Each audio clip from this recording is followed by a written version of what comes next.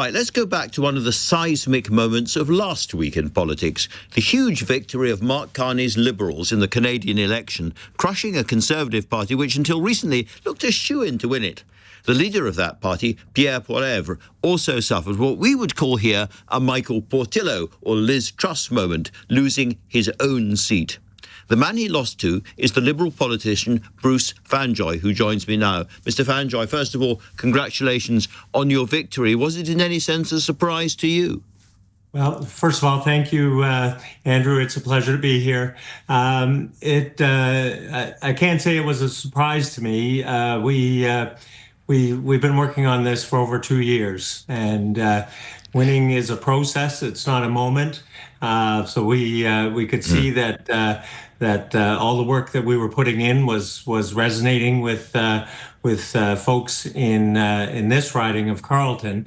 I of course didn't know how the night would turn out when the votes were counted, but when it did go our way, it felt like the result of a well-executed campaign.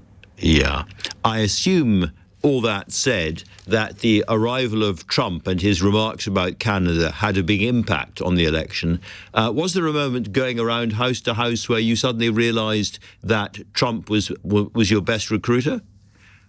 Well, there's no question that the election of Donald Trump, and in particular his choice to voice hostility towards Canada, both in terms of our economy and also political sovereignty, that really focused the minds of a lot of Canadians and across the country, but also here in Carleton.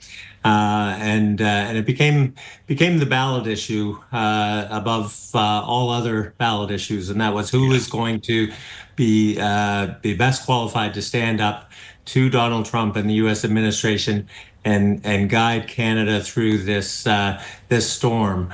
And in Mark Carney, we had someone who was uniquely qualified to do that. Politics, democratic politics included, is about energy and it's about emotion. Did you have a genuine sense of the atmosphere around you almost visibly changing? Yeah, I mean, for much of the time that I've been working at this, I knocked on over 15,000 doors myself before the election was called.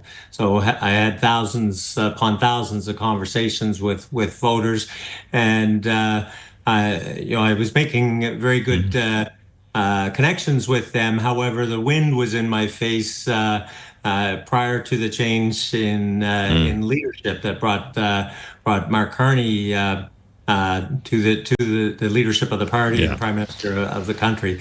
After that happened, the wind was at our back. At your back, okay. We were all watching, of course, as I'm sure you were as well, Mr. Carney with Donald Trump in the White House this week. And I was very struck that your Prime Minister gave the President of the United States every chance to walk away from his remarks about the 51st state and the fictitious nature of the line drawn across the country and the rest of it. And he just wouldn't. He kept coming back to the subject. What are your reflections on the way Trump is handling this now? Well, the president is who he is. We don't control what he says. What I think the Prime Minister did exceptionally well was stand up for Canada, make it clear that Canada is not for sale, but there is a partnership to be had on both economic grounds and security grounds, and that's where our focus will be.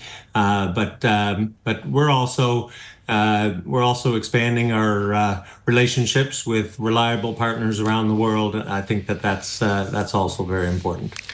That's very important indeed. Well, Bruce Fanjoy, congratulations again, and thank you so much for talking to LBC.